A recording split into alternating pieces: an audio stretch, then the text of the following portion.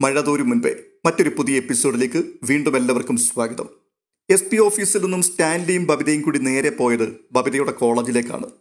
ഉച്ചനേരമായിരുന്നതിനാൽ കോളേജിന്റെ അങ്കണത്തിലും ഇടനാഴികളിലും പാസേജുകളിലും പെൺകുട്ടികൾ അങ്ങോട്ടും ഇങ്ങോട്ടും നീങ്ങിക്കൊണ്ടേയിരുന്നു.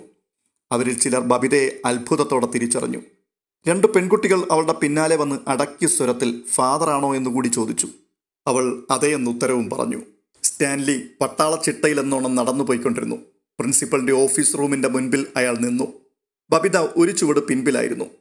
അയാൾ വാതിൽ തുറന്നു പിടിച്ചിട്ട് ചോദിക്കുകയാണ്, may I coming sister? Principal ഏതോ അധ്യാപിക ലീവ് ചോദിച്ചതിന് വഴക്കു പറയുകയായിരുന്നു.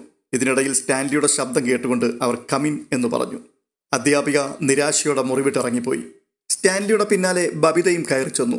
ബബിതയെ തിരിച്ചറിഞ്ഞതും പ്രിൻസിപ്പലിന്റെ മുഖം ഇരുണ്ടു. അവർ സ്റ്റാൻലിയുടെ നേർക്ക് ഗൗരവത്തിൽ നോക്കി. എന്നിട്ട് സ്റ്റാൻലിയോട് ചോദിക്കുകയാണ്, വാട്ട്സ് ദ മാറ്റർ? സ്റ്റാൻലി ബബിതയുടെ നേർക്ക് ആംഗ്യം കാട്ടിയിട്ട് പറയുകയാണ്, ഇത് ബബിത, ഇവിടെ പഠിച്ചുകൊണ്ടിരുന്ന സ്റ്റുഡൻ്റാണ്. അവളുടെ സൂയിസൈഡ് അറ്റംപ്റ്റ് നടത്തിയതോടെ നിങ്ങളുടെ ഉത്തരവാദിത്വം തീർന്നു എന്നറിയാം. തീർന്നു, സംശയം വേണ്ട. TC എഴുതി വെച്ചിട്ടുണ്ട്. വാങ്ങിച്ചോട്ട് പോകാൻ വരാത്തത് എന്താണെന്ന് തിരക്കിയിരിക്കുകയായിരുന്നു. അതിനും കൂടി ഉത്തരം പറയാൻ വേണ്ടിയാണ് ഇവിടെ വന്നത്. അതിനു മുൻപ് മറ്റൊരു കാര്യം പറയാനുണ്ട്. ഇവളുടെ പേരിൽ ഇപ്പോൾ ഒരു കേസ് വന്നിട്ടുണ്ട്. അപ്പോൾ പ്രിൻസിപ്പാൾ, അതൊന്നും എനിക്കറിയേണ്ട ആവശ്യമില്ല. TC വാങ്ങാൻ വന്നതാണെങ്കിൽ വാങ്ങിച്ചോണ്ട് പോയിക്കോളൂ. സ്റ്റാൻലി വീണ്ടും പറയുകയാണ്, ഇവിടെ പഠിക്കുന്ന 2 സ്റ്റുഡൻസിന് കൂടി TC കൊടുക്കേണ്ടതായി വരും. One Miss Sonia David, other one is Tara കൃഷ്ണനുണ്ണി. ഉടനെ പ്രിൻസിപ്പാൾ സ്റ്റാൻലിയെ അടിമുടി ഒന്നുകൂടി നോക്കി. എന്നിട്ട് ചോദിക്കുകയാണ്, ഇവിടെ ആർക്കൊക്കെ TC കൊടുക്കണമെന്ന് നിങ്ങളാണോ തീരുമാനിക്കുന്നത്? അതെ, ഞാനാണ്. സോണിയ ഡേവിഡും താര കൃഷ്ണനുണ്ണിയും ഉൾപ്പെട്ട സെക്സ് റാക്കറ്റിലെ ചിലരെ സിറ്റി പോലീസ് അറസ്റ്റ് ചെയ്തു. കൂട്ടത്തിൽ ബബിതയെ പറ്റിയും അന്വേഷണം വന്നു. സോണിയ ഡേവിഡും താരാകൃഷ്ണനുണ്ണിയും കൂടി ബബിതയെ വിളിച്ചുകൊണ്ട് പോയി ചീറ്റ് ചെയ്തിട്ടുണ്ട്. ഈ കോളേജിന്റെയും ആ സ്റ്റുഡൻസിന്റെയും പേരും വിവരങ്ങളും വെച്ച് പത്രത്തിൽ വാർത്ത വരും. കോളേജും പ്രിൻസിപ്പളും എല്ലാവരും വളരെ പെട്ടെന്ന് തന്നെ പ്രശസ്തരായിത്തീരും. പെട്ടെന്ന് പ്രിൻസിപ്പാളിന്റെ മുഖഭാവം മാറി. അവർ പതറിപ്പോയി. അവർ ചോദിക്കുകയാണ്, നിങ്ങൾ ഈ പറയുന്നതൊക്കെ ശരിയാണോ? അവരെ 2 പേരെയും വിളിക്കൂ. പ്രിൻസിപ്പാൾ ഉടൻ തന്നെ സോണിയ ഡേവിഡിനെയും താരാകൃഷ്ണനുണ്ണിയെയും വിളിച്ചു വരുത്തി. ബബിതയെ കണ്ടതും അവരുടെ മുഖം വെള്ളക്കടലാസ് പോലെ വിളറി. പ്രിൻസിപ്പാൾ അവരുടെ മുഖത്ത് നോക്കി ചോദിക്കുകയാണ്, നിങ്ങൾക്ക് ഏതെങ്കിലും സെക്സ് റാക്കറ്റുമായി കണക്ഷൻ ഉണ്ടോ? ഒരേ സ്വരത്തിൽ 2 പേരും ഇല്ല എന്ന് നിഷേധിച്ചു. അപ്പോൾ സ്റ്റാൻലി ചോദിക്കുകയാണ്, സ്വന്തം സഹോദരനാണെന്ന് പറഞ്ഞ് സിദ്ധാർത്ഥൻ എന്നൊരാളെ താരാകൃഷ്ണനുണ്ണി ബബിതയ്ക്ക് പരിചയപ്പെടുത്തുകയും സ്വന്തം വീട്ടിലേക്ക് എന്ന് പറഞ്ഞ് ഒരു പെൺവാണിഭ കേന്ദ്രത്തിലേക്ക് കൂട്ടിക്കൊണ്ടു പോവുകയും ചെയ്തിട്ടുണ്ടോ? ഇല്ല, അങ്ങനെ ഒരു സംഭവമേ നടന്നിട്ടില്ല. താരയും സോണിയയും തറപ്പിച്ചു പറഞ്ഞു. ഓക്കെ, സോറി സിസ്റ്റർ, ഇവരുടെ അഡ്രസ്സും ഫോൺ നമ്പറും കുറിച്ചു വെച്ചു. ഇന്ന് ഉച്ചതിരിഞ്ഞ് ഞാനും ബബിതയും സിറ്റി പോലീസ് കമ്മീഷണറെ കാണുന്നുണ്ട്. അവർ വന്ന് തെളിയിക്കട്ടെ. സിസ്റ്ററിന് വലിയ തലവേദന വരും കേട്ടോ. അത്രയും പറഞ്ഞിട്ട് സ്റ്റാൻലി ബബിതയും കൊണ്ട് പ്രിൻസിപ്പാളിന്റെ ഓഫീസിൽ നിന്നും പുറത്തേക്ക് ഇറങ്ങി. കമ്മീഷണറുടെ ഓഫീസിലേക്ക് സ്റ്റാൻലിയോടും ബബിതയോടുമൊപ്പം മാമച്ചനും കൂടി പോവുകയുണ്ടായി. മാമച്ചൻ തന്റെ സ്വാധീനം ഉപയോഗിച്ച് കമ്മീഷണറുടെ ഒരു സുഹൃത്തിനെ കൊണ്ട് രാവിലെ തന്നെ കമ്മീഷണറെ വിളിപ്പിച്ചിരുന്നു. കമ്മീഷണറുടെ ഓഫീസിൽ ACP സന്നിഹിതനായിരുന്നു. പരിചയപ്പെടുത്തൽ ചടങ്ങുകൾ വേഗത്തിൽ കഴിഞ്ഞു. കമ്മീഷണർ വളരെ മര്യാദയോടുകൂടിയാണ് പെരുമാറിയത്. അയാൾക്ക് ബബിതയുമായി സംസാരിക്കണമെന്ന് പറഞ്ഞു. പക്ഷേ സ്റ്റാൻലി മാമച്ചനും ഇരിക്കുവാൻ പാടില്ല. ബബിതയെ ചോദ്യം ചെയ്ത് ബുദ്ധിമുട്ടിക്കരുതെന്ന് സ്റ്റാൻലി അഭ്യർത്ഥിച്ചു. അവൾ സത്യം മാത്രമേ പറയേണ്ടതുള്ളൂ. നിങ്ങൾക്ക് യാതൊരു ടെൻഷനും വേണ്ട, കമ്മീഷണർ സ്റ്റാൻലിക്ക് ഉറപ്പ് നൽകി. അപ്പോൾ സ്റ്റാൻലി ബബിതയുടെ മുഖത്ത് നോക്കി പറയുകയാണ്, നിനക്കറിയാവുന്നതെല്ലാം ധൈര്യമായിട്ട് പറഞ്ഞു. ആരോടും ഒരനീതിയും നീ കാട്ടിയിട്ടില്ല. നിനക്കാണ് നീതി കിട്ടേണ്ടത്. ഞാൻ കൂടെ ഇരിപ്പുണ്ട് എന്ന് തന്നെ വിചാരിച്ചോളൂ. മാമച്ചനോടും സ്റ്റാൻലിയോടുമൊപ്പം ACPയും കമ്മീഷണറുടെ മുറിയിൽ നിന്നും ഇറങ്ങിപ്പോന്നു. റൂമിനുള്ളിൽ കമ്മീഷണറും ബബിതയും മാത്രമായി. തുടർന്ന് കാണുന്നത് വൈജയന്തിയാണ്. അവർ ജോലി കഴിഞ്ഞ് മടങ്ങി വരുമ്പോൾ ശിവശങ്കര മേനോൻ സിറ്റ് ഔട്ടിൽ ഇരിപ്പുണ്ട്. കാറ് റോഡിനരികിൽ പാർക്ക് ചെയ്തിരിക്കുകയാണ്. ശിവേട്ടൻ കൊല്ലപ്പള്ളിയിൽ നിന്ന് എത്ര പെട്ടെന്ന് വന്നോ? ഞാൻ ഇറങ്ങിയ നേരത്തല്ലേ ശിവേട്ടനും ഇറങ്ങിയത്? വൈജയന്തി ആശ്ചര്യപ്പെട്ടു. ആ, ഞാൻ വേഗം വിട്ടുപോന്നു. കൃഷ്ണമോൾ എവിടെ? അവൾക്ക് ട്യൂഷനുണ്ട് ശിവേട്ട. എന്തായി ബബിതയെ വിളിച്ചിട്ട്? അവൾ എന്തിനാ എറണാകുളത്ത് പോയത്? സ്റ്റാൻലിയുമായിട്ട് എങ്ങനെയാണ് അവൾക്ക് പരിചയം? ശിവേട്ടൻ വല്ലതും തിരക്കിയോ? അവൾ ഫോണിൽ കൂടി പറഞ്ഞതൊക്കെ ശരിയാ ജയന്തി. അവളിപ്പോൾ എറണാകുളത്ത് മാമച്ചൻ എന്നൊരാളുടെ വീട്ടിലുണ്ട്. സ്റ്റാൻലി ജോസഫും അവിടെയുണ്ട്. പക്ഷേ അലീനയെ പറ്റി ഒരു വിവരവുമില്ല. ശിവേട്ടൻ എങ്ങനെ അറിഞ്ഞു? എറണാകുളത്തുള്ള എൻ്റെ ഒരാളെ കൊണ്ട് ഞാൻ അന്വേഷിപ്പിച്ചു. അപ്പോൾ ഇനി എന്താ ശിവേട്ട നമ്മൾ ചെയ്യേണ്ടത്?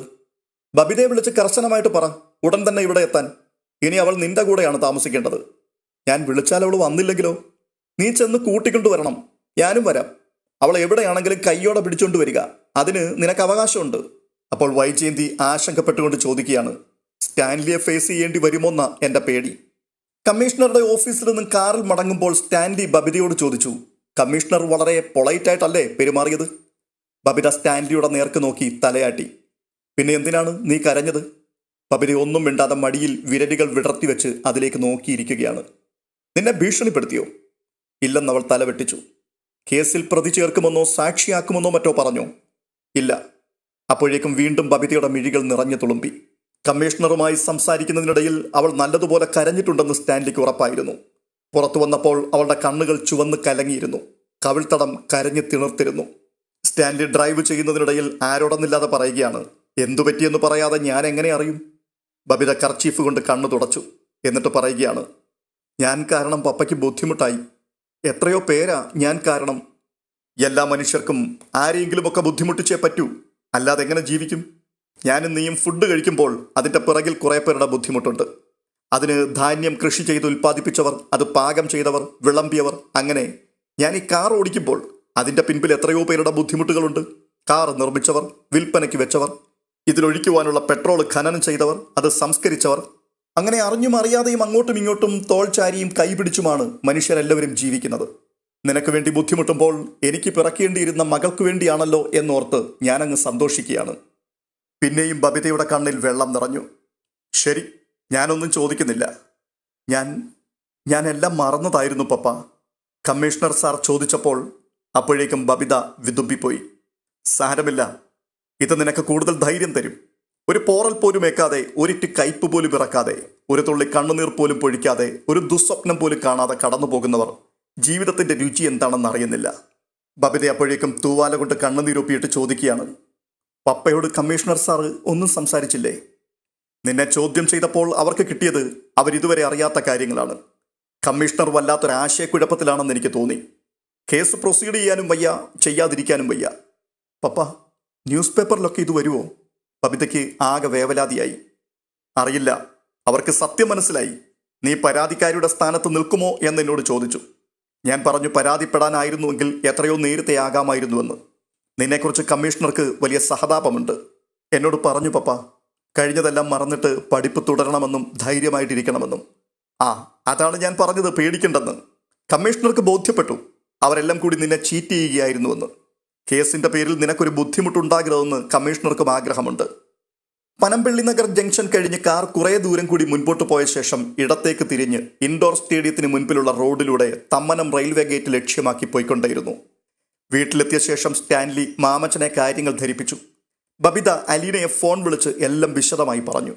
ഒട്ടും ആശങ്കപ്പെടേണ്ടെന്ന് അലീന അവളെ ആശ്വസിപ്പിച്ചു. അതെല്ലാം പപ്പ നോക്കിക്കോളും. നീ ഒരു ഭാരം ഇറക്കി വെച്ചതുപോലെ വെറുതെ ഇരുന്ന് വിശ്രമിച്ചാൽ മാത്രം മതി. ബബിത രേവതിക്കുട്ടിയുടെ മുറിയിൽ വന്നപ്പോൾ അവൾ പിന്നിലെ സിറ്റൗട്ടിൽ നടന്ന് ആരോടോ ഫോണിലൂടെ സംസാരിക്കുന്നത് കേട്ടു. ഇടയ്ക്ക് അടക്കിപ്പിടിച്ചുള്ള ചിരിയും ഒച്ച തീരെ താഴ്ത്തിയുള്ള ശകാരവും ഒക്കെ കേൾക്കാം.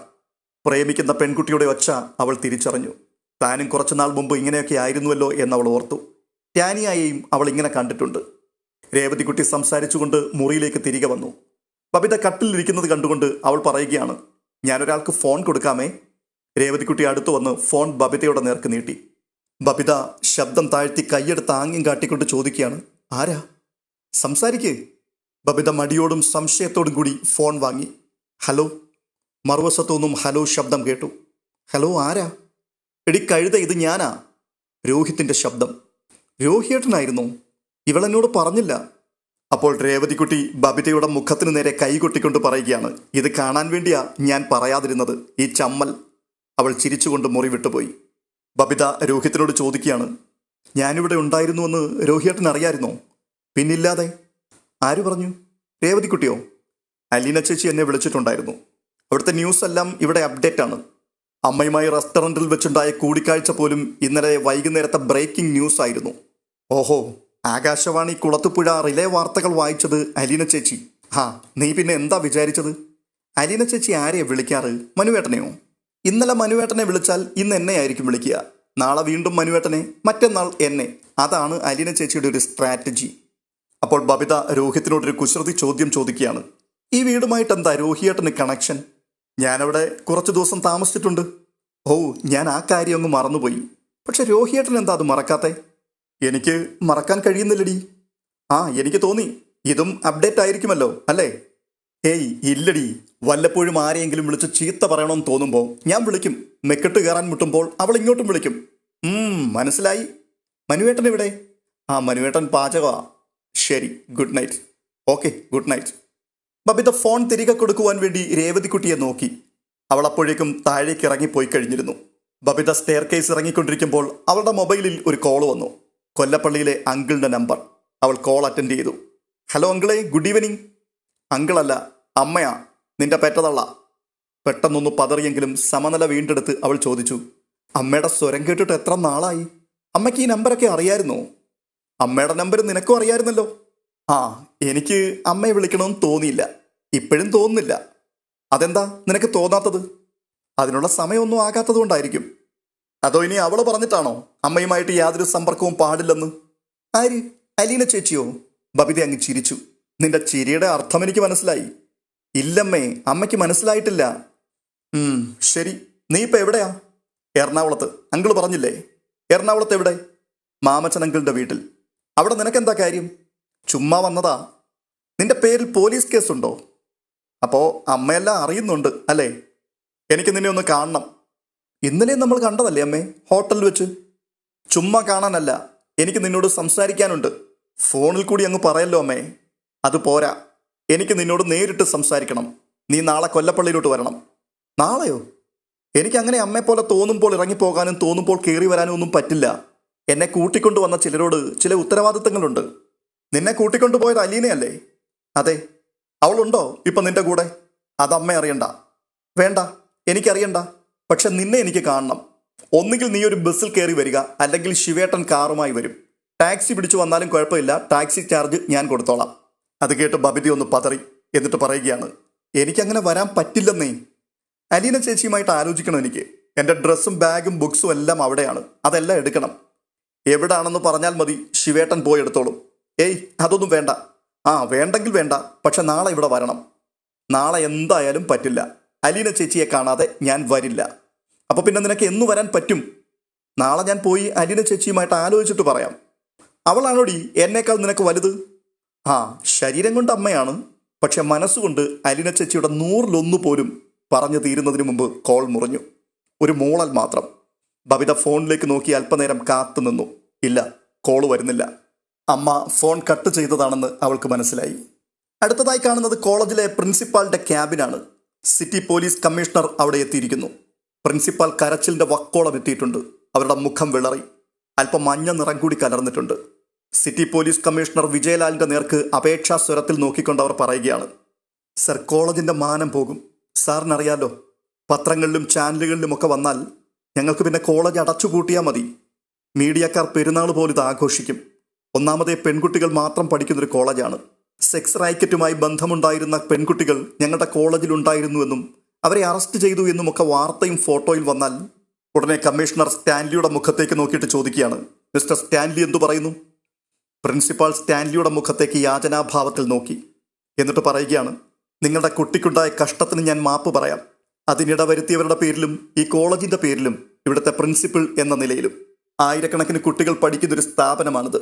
എത്രയോ 10,000 കുട്ടികൾ പഠിച്ചു പോയിരിക്കുന്നു. ഇനിയും എത്രയോ വരാനിരിക്കുന്നു. അറസ്റ്റും ചോദ്യം ചെയ്യലും തെളിവെടുപ്പുമെല്ലാം മീഡിയക്കാർ കൊട്ടിഘോഷിക്കും. അത് കേട്ടുകൊണ്ട് സ്റ്റാൻലി തൻ്റെ ഇരിപ്പിടത്തിൽ ഒന്ന് ഇളകിയിരുന്നു. ഞങ്ങളുടെ കുട്ടിക്ക് കേസിൽ താല്പര്യമില്ലാത്തതുകൊണ്ട് നിങ്ങളുടെ ഇഷ്ടം പോലെ നടക്കട്ടെ. പക്ഷെ ഒരു ഡിമാൻഡുണ്ട്. ആ 2 പെൺകുട്ടികളെയും ഈ കോളേജിൽ തുടർന്ന് പഠിക്കുവാൻ അനുവദിക്കരുത്. മാത്രവുമല്ല, ബബിതയ്ക്ക് എക്സാം എഴുതുവാനുള്ള സൗകര്യം ചെയ്തു കൊടുക്കുകയും വേണം. അവളുടെ കമ്പൽസറി TC ക്യാൻസൽ ചെയ്യണം. അപ്പോൾ കമ്മീഷണറും പറഞ്ഞു, അത് വളരെ ന്യായമായ കാര്യമാണ്. കുറ്റം ചെയ്തവർ നിരപരാധികളെ പോലെ തുടരുകയും അതിനിരയായവർ ശിക്ഷ അനുഭവിക്കുകയും ചെയ്യാൻ പാടില്ല. സിസ്റ്റർ, ഇതുകൂടി അറിഞ്ഞിരിക്കണം. ഒരു പോലീസ് ഉദ്യോഗസ്ഥൻ എന്ന നിലയിൽ ഞാൻ മുഖം നോക്കാതെ ആക്ഷൻ എടുക്കുകയാണ് വേണ്ടത്. എന്നാൽ ഒരു വനിതാ കോളേജിലെ മുഴുവൻ സ്റ്റുഡൻസിനെയും ബാധിക്കുന്ന ദുഷ്പേരിന് കാരണമാകും എന്ന ഒറ്റ കാരണത്താൽ ഞാനത് ചെയ്യുന്നില്ല. ബട്ട് വൺ തിങ്, ഈ കേസ് ഞങ്ങൾ വിട്ടുകളയില്ല. മിസ്റ്റർ സ്റ്റാൻലിക്കും കുട്ടിക്കും കോളേജിനും കോട്ടം വരാത്ത വിധത്തിൽ ഞങ്ങൾ ഇതിൻ്റെ അന്വേഷണവുമായി മുൻപോട്ട് പോകും. നിങ്ങൾ TC കൊടുത്ത് പറഞ്ഞയച്ചാലും ആ പെൺകുട്ടികൾ ഞങ്ങളുടെ അന്വേഷണ വലയത്തിലുണ്ടാവും. ഉടനെ സ്റ്റാൻലി പറയുകയാണ്, സിസ്റ്റർ, കമ്പൽസറി TC കൊടുക്കുമ്പോൾ ആ കുട്ടികളുടെ മാതാപിതാക്കളെ വിളിച്ചു വരുത്തണം. എനിക്ക് അവരോട് 2 വാക്ക് സംസാരിക്കാനുണ്ട്. പ്രിൻസിപ്പാൾ അതും അംഗീകരിച്ചു. അവർ പറയുകയാണ്, അവരുടെ പേരൻസിനോട് ഞാൻ വരാൻ പറഞ്ഞിട്ടുണ്ട്. മിസ്റ്റർ സ്റ്റാൻലിക്ക് അവരെ കാണാം. തലേ ദിവസം വൈകുന്നേരം തന്നെ കമ്മീഷണർ കോളേജിൽ പോയി പ്രിൻസിപ്പാളിനെ കണ്ട് യഥാർത്ഥ വിവരങ്ങൾ അവരെ ധരിപ്പിച്ചിരുന്നു. ഉടൻ തന്നെ പ്രിൻസിപ്പാൾ താരാകൃഷ്ണനുണ്ണിയുടെയും സോണിയ ഡേവിഡിന്റെയും വീടുമായി ഫോണിൽ ബന്ധപ്പെട്ട് അടുത്ത ദിവസം കമ്പൽസറി TC വാങ്ങിക്കൊണ്ടുപോകാനായി എത്തിച്ചേരണമെന്ന് അവരുടെ മാതാപിതാക്കൾക്ക് നിർദ്ദേശം നൽകി. ഒപ്പം തന്നെ താരാകൃഷ്ണനുണ്ണിയും സോണിയ ഡേവിഡും ഹോസ്റ്റലിന് വെളിയിൽ പോകുന്നത് വിലക്കുകയും അവരുടെ മൊബൈൽ ഫോണുകൾ പിടിച്ചെടുക്കുകയും ചെയ്തിരുന്നു. പക്ഷേ സ്റ്റാൻലിയും ബബിതയും കൂടി വന്ന് പ്രിൻസിപ്പാളിനെ കണ്ട് മടങ്ങിയപ്പോൾ അവർ അപകടം മണത്തു. താരയും സോണിയയും അറിയിക്കേണ്ടിടത്തെല്ലാം മുന്നറിയിപ്പ് നൽകി കഴിഞ്ഞിരുന്നു. സൈബർ സെല്ല് മുഖേന പോലീസ് താരയുടെയും സോണിയുടെയും നമ്പറുകളിൽ നിന്ന് ഏതൊക്കെ നമ്പറുകളിലേക്കാണ് കോളുകൾ പോയിരിക്കുന്നത് എന്ന് മനസ്സിലാക്കി. തലേ രാത്രി തന്നെ ചില റെയ്ഡുകൾ നടത്തിയെങ്കിലും നേരത്തെ മുന്നറിയിപ്പ് കിട്ടിയിരുന്നതിനാൽ പിടികിട്ടേണ്ടവരെല്ലാം മുങ്ങിക്കഴിഞ്ഞിരുന്നു. ഉച്ചതിരിഞ്ഞ് കോളേജിലേക്ക് പോയപ്പോൾ സ്റ്റാൻലി ബബിതയെയും കൂടെ കൂട്ടിക്കൊണ്ടുപോയി. താരാകൃഷ്ണനുണ്ണിയുടെയും സോണിയ ഡേവിഡിന്റെയും മാതാപിതാക്കൾ കോളേജിൽ എത്തിച്ചേർന്നിട്ടുണ്ടായിരുന്നു. പ്രിൻസിപ്പാളിന്റെ ഓഫീസിൽ വെച്ചായിരുന്നു കൂടിക്കാഴ്ച. സ്റ്റാൻലി അവരോട് സംസാരിച്ചു. നിങ്ങളെ കുറ്റം പറയാൻ വേണ്ടിയല്ല കാണണമെന്നാവശ്യപ്പെട്ടത്. ഞാനും ഒരച്ഛനാണ്. മക്കൾ സഞ്ചരിക്കുന്ന എല്ലാ വഴിയിലും മാതാപിതാക്കളുടെ കണ്ണ് എത്തണമെന്നില്ല. കുട്ടികൾക്ക് വേണ്ട വെള്ളവും വളവും എത്തിച്ചു കൊടുക്കുവാനുള്ള തത്രപ്പാടിലായിരിക്കും മിക്ക പേരൻസും ഓടുന്നത്. താരാകൃഷ്ണനുണ്ണിയുടെ അമ്മ അത് കേട്ടുകൊണ്ട് തൂവാല കൊണ്ട് കണ്ണും മൂക്കും പിഴിഞ്ഞു നിൽക്കുകയാണ്. സോണിയ ഡേവിഡിന്റെ അമ്മ ഇതൊന്ന് തീർത്ത് സ്ഥലം വിട്ടാൽ മതിയെന്ന മട്ടിൽ നിൽക്കുന്നു. രണ്ടുപേരുടെയും അച്ഛന്മാരുടെ മുഖം അപമാന ഭാരം കൊണ്ട് താണിരിക്കുകയാണ്. അപ്പോൾ സ്റ്റാൻലി വീണ്ടും പറയുകയാണ്, നിങ്ങളോട് നിങ്ങളുടെ മക്കൾ എന്താണ് പറഞ്ഞ് ധരിപ്പിച്ചിരിക്കുന്നത് എന്നെനിക്കറിഞ്ഞുകൂടാ. ഞാൻ ചോദിച്ചപ്പോഴും പ്രിൻസിപ്പൽ ചോദിച്ചപ്പോഴും കമ്മീഷണർ ചോദിച്ചപ്പോഴും ഇവർ കുറ്റം നിഷേധിച്ചു. നിങ്ങളോടും മറിച്ചാവാൻ വഴിയില്ല. പക്ഷെ നിങ്ങൾ വസ്തുതകൾ മനസ്സിലാക്കിയിരിക്കണം. ഇതിലാരാണ് താരാകൃഷ്ണനുണ്ണിയുടെ പേരൻസ്? താരയുടെ അച്ഛനും അമ്മയും മുഖമുയർത്തി. നിങ്ങളുടെ മകൾ സ്വന്തം സഹോദരനെന്ന് പറഞ്ഞ് ഒരു ചെറുപ്പക്കാരനെ ബബിതയ്ക്ക് പരിചയപ്പെടുത്തി. പെങ്ങളെ കാണാൻ ഫ്രീക്വൻ്റായിട്ട് വരുന്ന വിസിറ്റർ. ആങ്ങളയുടെ ഗുണവിശേഷങ്ങൾ പറഞ്ഞ് പ്രീണിപ്പിച്ചും പ്രലോഭിപ്പിച്ചും പ്രേമത്തിലേക്ക് തള്ളിയിറക്കി.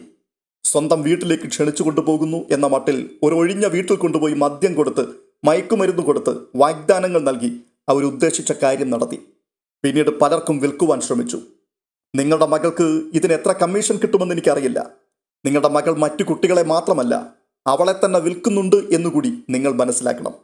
ആരും മിണ്ടുന്നില്ല. താരയുടെ അമ്മ കർച്ചീഫ് കൊണ്ട് മുഖം പൊത്തി. ഇതൊരു തമാശയോ കുസൃതിയോ അല്ല. വളരെ പ്ലാൻഡായിട്ട് നടത്തുന്ന ഒരു സെക്സ് റാക്കറ്റിലെ സജീവ പ്രവർത്തകരാണ് ഇവർ. ഇന്നിപ്പോൾ ഒരു കമ്പൽസറി TC വാങ്ങി മകളെ കൂട്ടി നിങ്ങൾക്ക് വീട്ടിലേക്ക് പോകുവാൻ കഴിയുന്നത് ബബിത പോലീസിൽ കംപ്ലൈൻറ്റ് ചെയ്യാത്തത് കൊണ്ട് മാത്രമാണ്. ഇല്ലെങ്കിൽ അറസ്റ്റ് ചെയ്യപ്പെട്ട് റിമാൻഡിലാകുമായിരുന്നു ഈ നിൽക്കുന്ന 2 കുമാരിമാരും. പക്ഷേ ഒരു കാര്യം ഓർക്കണം, പെൺവാണിഭ കേസിന് കാലപരിധിയൊന്നുമില്ല. ബബിതയ്ക്ക് എപ്പോൾ വേണമെങ്കിലും പോലീസിൽ കംപ്ലൈൻറ്റ് ചെയ്യാം. സ്റ്റാൻലിയുടെ സംസാരമെല്ലാം കേട്ടുകൊണ്ട് താരാകൃഷ്ണനുണ്ണിയും സോണിയ ഡേവിഡും കൂസലേതുമില്ലാതെ തോളോട് തോൾ ചേർന്ന് നിൽക്കുകയാണ്. ഇടയ്ക്കിടയ്ക്ക് അവർ ബബിതയുടെ നേർക്ക് ഉഗ്രമായി നോക്കുന്നുണ്ട്. സ്റ്റാൻലി സംസാരിച്ചു കഴിഞ്ഞപ്പോൾ സോണിയ ഡേവിഡ് ചോദിക്കുകയാണ്, കഴിഞ്ഞോ ഗിരിപ്രഭാഷണം? സ്റ്റാൻലിയുടെ മുഖം പെട്ടെന്ന് മുറുകി, കണ്ണുകൾ തീഷ്ണമായി. അയാൾ ഒറ്റ വാക്കിൽ മറുപടി ഇങ്ങനെ പറഞ്ഞു, നീ ജനിക്കാതിരുന്നിരുന്നുവെങ്കിൽ എന്ന് നിന്റെ പപ്പയും മമ്മിയും ഇപ്പോൾ ആഗ്രഹിക്കുന്നുണ്ടായിരിക്കും. സ്റ്റാൻലി പ്രിൻസിപ്പാളിന് നേരെ നോക്കിയിട്ട് താങ്ക് യു സിസ്റ്റർ എന്ന് പറഞ്ഞു. അനന്തരം മറ്റുള്ളവരെയും ഒന്ന് ഓടിച്ചു നോക്കി. Thank you everybody. സ്റ്റാൻലി ബബിതയും കൊണ്ട് ഓഫീസ് റൂമിൽ നിന്നും പുറത്തേക്കിറങ്ങി. മാമച്ചൻ്റെ വീട്ടിലെത്തിയ ശേഷം സ്റ്റാൻലി വൈകുന്നേരം കുളത്തുപുഴയ്ക്ക് മടങ്ങുകയാണെന്ന് മാമച്ചനെ അറിയിച്ചു. അപ്പോൾ മാമച്ചൻ പറയുകയാണ്, ഷെറിനെയും ചിന്നുമോളെയും കൂട്ടിക്കൊണ്ട് ചെല്ലണമെന്ന് അലീന പറഞ്ഞിട്ടുണ്ടായിരുന്നു. അവളും പറയുന്നത് കേട്ടു, ലാലിച്ചായൻ്റെ കൂടെ കുളത്തുപുഴയ്ക്ക് പോവുകയാണെന്ന്. കുറേ ദിവസമായിട്ട് അവൾ ഇത് തന്നെ പറയുന്നുണ്ട് ഇവിടെ. അപ്പോൾ രേവതിക്കുട്ടി, അങ്കിളെ ഞാനും കൂടെ പോയിക്കോട്ടെ? അപ്പം ഞങ്ങളോ? ഗ്രേസമ്മ അന്തം വിട്ട് ചോദിക്കുകയാണ്. അപ്പോൾ ബബിത ഒരു ഭേദഗതി നിർദ്ദേശിച്ചു, നമുക്ക് എല്ലാവർക്കും കൂടി പോകാം. ഇതിനിടയിൽ ഡോർബെല്ലടിക്കുന്നത് കേട്ടുകൊണ്ട് രേവതിക്കുട്ടി പൂമുഖത്തേക്ക് പോയി. 1/2 മിനിറ്റിനുള്ളിൽ അവൾ കോണിപ്പടി പാഞ്ഞു കയറി ലോബിയിലെത്തി. എന്നിട്ട് പറയുകയാണ്, ബബിതയെ കാണാൻ ഒരാൾ വന്നിരിക്കുന്നു. എല്ലാവരുടെയും നോട്ടം രേവതിക്കുട്ടിയിലേക്കായി. ആരാ? ബബിത ആശ്ചര്യത്തോടെ ചോദിക്കുകയാണ്. അത് ശിവശങ്കരമേനോൻ എന്നാ പറഞ്ഞത്, പാലായിന്ന് വരുവാന്ന് പറഞ്ഞു. ബബിത ഞെട്ടിപ്പോയി. ഈശ്വര, ഈ അങ്കിൾ ഇതെങ്ങനെ തപ്പിപ്പിടിച്ചെടുത്തു ഈ വീട്? അവൾ നെഞ്ചിൽ കൈവച്ചുകൊണ്ട്, ഞാനിവിടെ ഉണ്ടെന്ന് പറഞ്ഞു. ആ പറഞ്ഞു. ഷോ, ഇനിയിപ്പോൾ എന്ത് ചെയ്യും? ബബിത ഒരു ആശ്രയത്തിന് വേണ്ടി സ്റ്റാൻലിയെ നോക്കി. അപ്പോൾ സ്റ്റാൻലി പറയുകയാണ്, നീ ചെന്ന് കാര്യം എന്താണെന്ന് ചോദിച്ചിട്ട് വാ. എന്നെ കൂട്ടിക്കൊണ്ടു പോകാൻ വന്നതാ, ഉറപ്പാ പപ്പ. ബലമായിട്ടൊന്നും പിടിച്ചോണ്ട് പോകത്തില്ല, നീ ചെല്ല്. ബബിതയ്ക്കൊപ്പം ഗ്രേസമ്മയും രേവതിക്കുട്ടിയും കൂടെ പോയി. സിറ്റൗട്ടിൽ അസ്വസ്ഥനായി നിൽക്കുകയാണ് ശിവശങ്കരമേനോൻ. അയാളെ കണ്ടുകൊണ്ട് അത്ഭുതത്തോടെ ബബിത ചോദിക്കുകയാണ്, അങ്കിൾ എങ്ങനെ ഈ വീട് കണ്ടുപിടിച്ചു? രോഹിത് ഇവിടെ വന്നിട്ടുണ്ടല്ലോ. അങ്കിൾ എങ്ങനെ ഇങ്ങോട്ട് വന്നത്? കാർ എവിടെ? ഗേറ്റിന്റെ പുറത്തിട്ടിരിക്കുക. ഇങ്ങോട്ട് കയറ്റിയിട്ടോ അങ്കിളെ, കാറ് തിരിക്കാനും അതാ എളുപ്പം. ഏയ്, അതിൻ്റെ ഒന്നും ആവശ്യമില്ല. നീ റെഡിയായില്ലേ? എന്തിന് പോകാൻ? എങ്ങോട്ട്? പാലായിക്ക്. നിന്റെ അമ്മ ഇന്നലെ രാത്രി ഫോൺ വിളിച്ച് പറഞ്ഞിരുന്നല്ലോ. അമ്മയോട് അപ്പോൾ തന്നെ ഞാൻ പറഞ്ഞിരുന്നല്ലോ വരില്ല എന്ന്. അതെനിക്കറിയില്ല. നിന്നെ കൂട്ടിക്കൊണ്ടു വരണമെന്ന് എന്നോട് പറഞ്ഞിട്ടുണ്ട്. അമ്മ അങ്ങനെ പറഞ്ഞു എന്ന് വെച്ച് അങ്കിൾ ഉടനെ കാറും എടുത്തുകൊണ്ട് ഓടി വരണമായിരുന്നു. എനിക്കങ്ങനെ ചുമ്മാ കയ്യും വീശി വരാൻ പറ്റൂ അങ്കിളെ? എന്തെല്ലാം ഉത്തരവാദിത്തങ്ങളുണ്ട്. അലീന ചേച്ചിയെ കണ്ട് യാത്ര പറയണ്ടേ? ചേച്ചി എന്നെ ഏൽപ്പിച്ച ജോലികളൊക്കെ ചെയ്തു തീർക്കണ്ടേ? അപ്പോഴേക്കും മാമച്ചൻ ഇറങ്ങി വന്നു. മാമച്ചനെ കണ്ടുകൊണ്ട് ബബിത അയാളെ പരിചയപ്പെടുത്തുകയാണ്. മാമച്ചനങ്കിളെ, ഇതാണ് എൻ്റെ അങ്കിൾ. ഹലോ. മാമച്ചൻ കൈ നീട്ടി. മടിച്ചിട്ടാണെങ്കിലും ശിവശങ്കരമേനോൻ ഹസ്തദാനം നടത്തി. ഞാൻ ശിവശങ്കരമേനോൻ. കയറിയിരിക്കൂ. സമയമില്ല. ബബിതേ, നീ വരുന്നുണ്ടോ? ഇന്ന് ഏതായാലും വരാൻ പറ്റില്ല. ശരി, നീ നേരിട്ട് തന്നെ പറഞ്ഞേക്ക് നിന്റെ അമ്മയോട്. കാറിലിരിപ്പുണ്ട്. കാറിലോ? ബബിത സ്തബ്ധയായി. ഉടനെ ഗ്രേസമ്മ ഇടപെട്ടു. അതെന്താ കാറിലിരിക്കുന്നത്? ഇങ്ങോട്ട് കൂട്ടിക്കൊണ്ടുവാ, ഞങ്ങളൊക്കെ മനുഷ്യരാണ്. ശിവശങ്കരമേനോൻ ധർമ്മസങ്കടത്തിലായി. ഗ്രേസമ്മ ഇറങ്ങി ഗേറ്റിലേക്ക് നടന്നു കഴിഞ്ഞു. പിന്നാലെ മാമച്ചനും പോയി. വാ വാ. സ്തംഭിച്ചു നിന്ന ബബിതയെ കൂട്ടി രേവതിക്കുട്ടിയും ഇറങ്ങി. കറുത്ത ചില്ല് കയറ്റിയിട്ട് കാറിൻ്റെ ഉള്ളിലിരിക്കുകയായിരുന്നു വൈജയന്തി. ഗ്രേസമ്മ ഗ്ലാസിൽ തട്ടി വിളിച്ചു. ഡോർ ഹാൻഡിൽ പിടിച്ചുയർത്തിയപ്പോൾ ക്ലിക്ക് ശബ്ദത്തോടെ ഡോർ തുറന്നു. വൈജയന്തി എന്തു ചെയ്യണമെന്നറിയാതെ പരുങ്ങി. ഇതെന്താ ഇറങ്ങി വരാത്തത്? വീട്ടുവാതുക്കൽ വരെ വന്നിട്ട് കയറാതെ പോകുന്നു, ശരിയാണോ? വൈജയന്തിയുടെ മോൻ ഞങ്ങളുടെ ഗസ്റ്റായിട്ട് എത്ര ദിവസം ഇവിടെ താമസിച്ചിട്ടുണ്ടെന്നറിയുമോ? മോളും 2 ദിവസമായിട്ട് ഞങ്ങളുടെ ഗസ്റ്റ് അല്ലേ? പിന്നെന്താ എത്ര മടി? ഗ്രേസമ്മ വൈജയന്തിയുടെ കൈ പിടിച്ചിറക്കി. വൈജയന്തിക്ക് അനുസരിക്കുകയേ നിവർത്തിയുണ്ടായിരുന്നുള്ളൂ. കയറി വരൂ. മാമച്ചൻ അകത്തേക്ക് ക്ഷണിച്ചു. എന്നിട്ട് ശിവശങ്കരമേനോന്റെ മുഖത്തേക്ക് നോക്കി അയാൾ പറയുകയാണ്. മിസ്റ്റർ മേനോൻ, കാർ അകത്തേക്ക് കയറ്റിയിട്ടേക്ക്. അവിടെ വേറെ വണ്ടി വന്നാൽ സൈഡ് കിട്ടില്ല. ശിവശങ്കരമേനോൻ കീ ചെയിനുമായി ഗേറ്റിലേക്ക് പോയി. ബബിത അന്തം വിട്ടു നിൽക്കുകയാണ്. സംഭവിക്കാൻ പോകുന്നത് എന്താണെന്ന് അവൾക്ക് മനസ്സിലായി. അവളുടെ നേർക്ക് മൂർച്ചയോടെ നോക്കിയിട്ട് വൈജയന്തി മടിച്ചു ഗ്രേസമ്മയോടൊപ്പം അകത്തേക്ക് കയറി. ശിവശങ്കരമേനോൻ കാർ ഓടിച്ചു മുറ്റത്ത് കയറ്റിയിട്ട ശേഷം ഇറങ്ങി വന്നു. അയാൾ വരാൻ കാത്തു നിൽക്കുകയായിരുന്നു മാമച്ചൻ. വരണം വരണം. മാമച്ചൻ അയാളെ അകത്തേക്ക് ക്ഷണിച്ചു. ഹാളിലേക്ക് കാലെടുത്ത് വെച്ചപ്പോഴേ വൈജയന്തി കണ്ടു. കോണിപ്പടിക്ക് മുകളിൽ ലോബിയിൽ സ്റ്റീൽ ഗ്രില്ലിനു മീതെ കൈകളൂന്നി അല്പം മുൻപോട്ട് കുനിഞ്ഞു നിൽക്കുന്നയാളിനെ. Stanley Joseph. വൈജയന്തിയുടെ പാദങ്ങൾ നിശ്ചലമായി. നെഞ്ചിനു കുറുകെ ഒരു കൊള്ളിയാൻ മിന്നി. ഈ എപ്പിസോഡ് ഇവിടെ പൂർണ്ണമാവുകയാണ്. ബാക്കി വിശേഷങ്ങളുമായി മറ്റൊരു വീഡിയോയിൽ വീണ്ടും കാണാം. നിങ്ങൾക്ക് ഈ വീഡിയോ ഇഷ്ടപ്പെട്ടിട്ടുണ്ടെങ്കിൽ ദയവായി ഒന്ന് ലൈക്ക് ചെയ്യുവാനും ഹൈപ്പ് ചെയ്യുവാനും നിങ്ങളുടെ വിലയേറിയ അഭിപ്രായങ്ങൾ കമൻറ്റ് ചെയ്യുവാനും മറക്കരുത്. ഇതുവരെയും ഈ ചാനൽ സബ്സ്ക്രൈബ് ചെയ്തിട്ടില്ലാത്തവർ ദയവ് ചെയ്ത് ഒന്ന് സബ്സ്ക്രൈബ് ചെയ്യുക. അടുത്ത വീഡിയോയിൽ കാണും വരേക്കും ബൈ.